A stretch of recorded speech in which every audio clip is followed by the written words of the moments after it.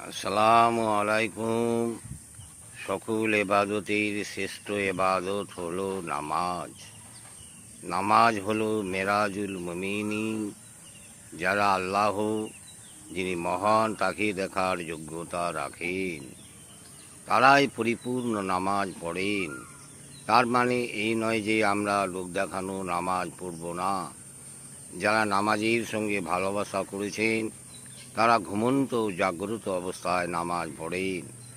অনেকে বলবেন ঘুমন্ত অবস্থায় নামাজ অবৈধ। নিশ্চয়ই তারা বলবেন না যারা আল্লাহতে একাকার, একই একাকার, দুয়ে কিছু নয়, তিনি চোখ দিয়ে দেখো, চারে নলেজ দিয়ে আল্লাহর ইবাদত করো, আল্লাহর সন্তুষ্টি অনুগ্রহ লাভ করো, আর আল্লাহর ঘরে সিজদাবনত হও। আল্লাহ হাফিজ। জয় হিন্দ, গজওয়া হিন্দ, জিন্দাবাদ।